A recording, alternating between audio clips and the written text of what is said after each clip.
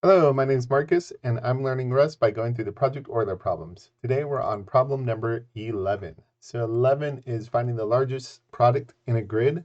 So we're given a 20 by 20 grid, and we need to find, um, go through up, down, right, left, diagonal, the largest product for each. So like that's one example given, but we're going to need to find to the right, the diagonal, down, and to the left. We won't need to find this way because if we're going to go through each of these this way, we'll get the backwards. We do need to find this backwards diagonal because that would cover this case here. Right? But we won't need to find an upwards diagonal because this case would get covered there. So we'll loop through each one of these spots and then figure out each of those. All right, let's dive in and see what we got. I've already stubbed out the project. I've got the data in a file. Oops. Got the data in a file like that. And then I have my main. I have that stubbed out there. So what we want to do is read the file in. And what we want to read in, we want to read it in as a, we'll do it as a function because then I can test the function. I can test that the reading is working. We want to return a multi-dimensional array, right? We want to do a vector of vectors. So one vector will be each one of these positions. We'll have that in one vector, and then we'll stack all those. So this will be my my x's is each one of those, and then the stacks of those vectors will be my other, right? So the inner vector is a vector. Right? The inner type here is a vector, and then it's going to collect up all those. Hopefully that makes sense. It's a multi-dimensional array, and we'll be able to treat them like x's and y's, just like we would anything else. All right. That looks right. So we want to, let's read in the file, read to string, and the file name. We'll unwrap that because that could be a potential error. So now for each one of these, we want to loop through the line, right? So for line in content lines, that will give us one of those lines, and then we want to split that line. These are going to be strings. That's what we'll call them that for now. Line split like that. And then for each one of those strings, we want to parse it into a number, right? We want it to be I32, and that string will parse. And we'll do an unwrap there to make sure there's no errors. And I think that will do it. I'm going to do just a really quick check and just print all these out, and we should see each one of these as a line, and we'll just confirm that everything's working kind of as expected. It's not a great, yeah.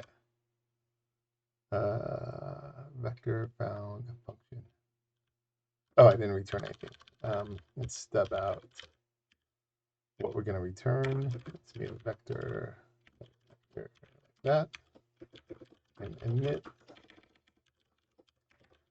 Okay, it's expecting a return value, so let's just return that. We'll build it in a second, but it's nice just to check things. That's all working there, guys. So here's all our numbers. Should have like 400 of them or so. We have more because there's extra lines at the top. All right, so let's build the grid. So this one's already built. So all we need to do here is actually build a vector for our row, right? It's going to be like the row. That's going to be also a vector. Init that. And then here we'll just push the that number onto that row. And at the end of each row, we will push the row onto the grid, and that should do it. You can write a test to make sure this works. The test will just do a simple one and just confirm that you got the right size, right? Because we know that we know we have a 20 by 20 grid. So we should be able to do like the grid length should equal 20. All right, let's run that.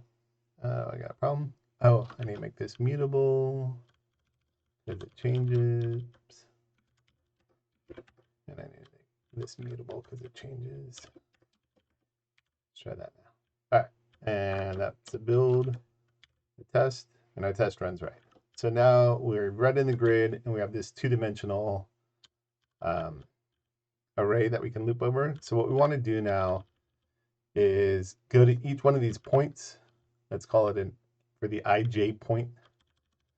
And then we'll go forward. So this, like if we consider this point I, this will be I plus 1, I plus 2, I plus 3, whatever steps we're doing. That's the forward. Then the diagonal would be this one. I plus 1, j plus 1, I plus 1, j plus 1, I plus 1, j plus 1. Right? Then the down would just be incrementing the j's. And then this would decrementing the i's, incrementing the j's, right? Like that. So we know what our size is. So let's just call that size is this. And then let's do a step. The step's going to be just how many adjacent numbers we want. I'm going to do it for 3. It'll be easy enough to switch that to 4, but this will solve it but not give away the answer for Euler. All right, so let's loop through our stuff for I and 0 to size, and for j and 0 to size. And so now what we want to do, our value is going to be like a single value would be this, right? So with the grid I, j, like that. It's like a single value. We don't need to so now what I want to do, I want to go forward, do a forward diagonal. I want to go down, and I want to do a backward diagonal. So for forward, what I'm going to do is I'm going to do for the position and 0 to step. So that's going to count each one of these steps. I'm going to move us forward 0, 1, 2, 0, 1, 2, 0, 1, 2. Right? And then I want to do the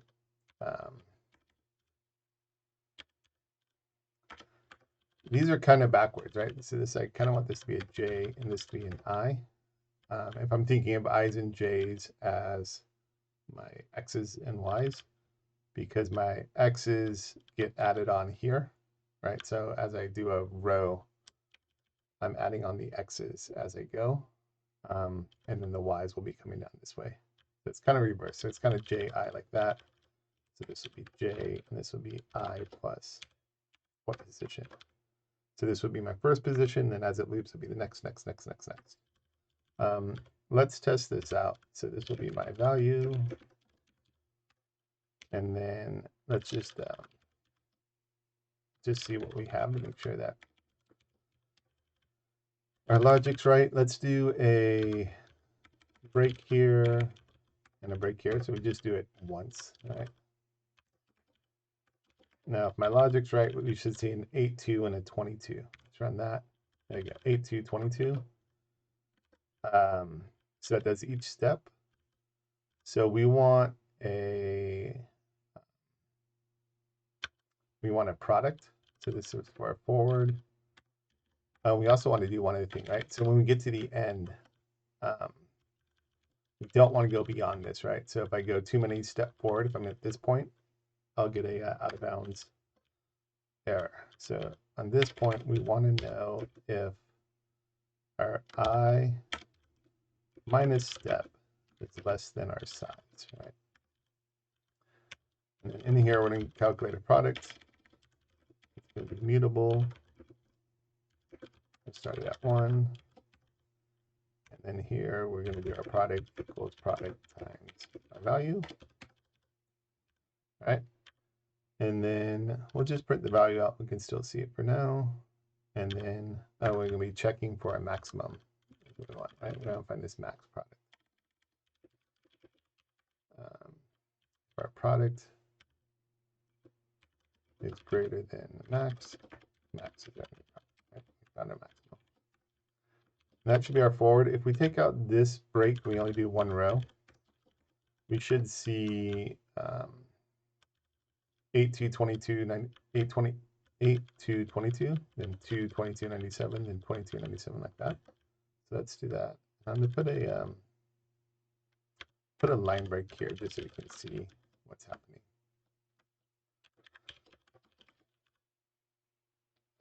Overflow. Okay, so I do have an overflow. If I minus step is less than size, P. My overflow. Line 45. Here. I minus step. Actually, I want plus anyways. Because if I'm adding I and I'm over the limit, so I want a plus here because we're adding. But I think what's happening is this is actually a U size, which is a certain type that Rust uses for iterators. So it's an unsigned type. So I think what happened is I did a negative of that unsigned type, and it didn't like that at all. So I think this whole thing is being treated as a U size. I don't think that will cause us problems, but I wanted a plus anyways because I'm adding this step forward. All right, so there we go, 8 to 22. That is not working as I expected, so we might have an error somewhere because the next one is 49, 49, 99, which it shouldn't be that. 40. Oh, I'm going down the rows. 49, 49, 99. So I'm going down this way. And I'm only going 3 forward. Does that make sense? Yeah, because I'm looping. The J is what's going forward. So if I reverse these, I'd get what I expected, right? This would be going down the rows. And this would be going across the columns. There we go. So 2, 22, 97, and then 22, 97, 38. Now go each, and I don't hit the end. So that is awesome. We're looking good. So now we just have to change this logic for all of our pieces, right? So that was for forward. For the diagonal, we are going to do, oops, paste. For the diagonal, we are going to do increment both of these, right? So that means we need both of these to be true.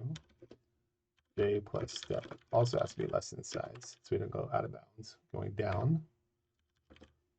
For down, we need just the J, so we don't care about this one. We just need a J to be less than size, and that's the only one we're incrementing. And then for backwards diagonal, it's not the most elegant of logic, but it works pretty well. We're still incrementing the down, but we want the I. Our I has to be greater than this step. So when we're going backwards here, like our I has to be at least 3 in, so it has to be greater than this step. So here to go back. Remember we started 0 too, right? So this will be greater than this step there. So we go backwards, we can get it. So for the backwards diagonal, I greater than step, and we're going down, so J plus step has to be less than size. That's going down, and this will be going backwards. Right, so 0, 0, and then go back 1, down 1. Yep. And that should pretty much do it. Like I said, it's not necessarily the most elegant, but it will work. That will give us, and then down here we're going to get our max. So let actually I already have it QED, and that will be max, right? Because each one of these will check if the product in this one is equals greater than the max. We'll set that product. We can find the point if we want. It's a nice little spot check. Let's just do. We'll make a.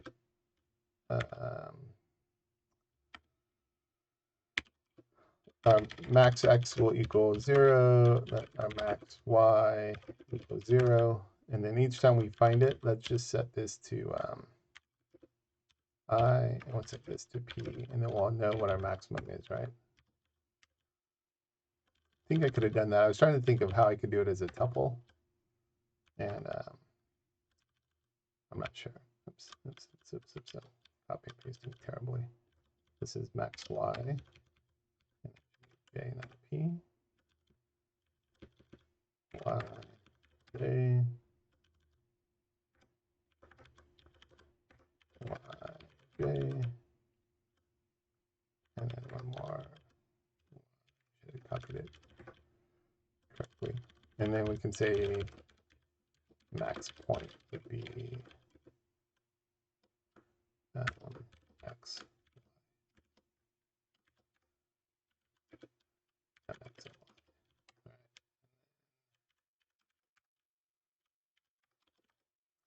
I did all that properly. All right, so there's our max, and then saying our max point is 612. So if we look at this, 0, 1, 2, 3, 4, 5, 6, and then 12 would be here. I didn't get the direction we're going to, but I can imagine it's this backwards direction, right? I can see that 89, 94, 97, 87.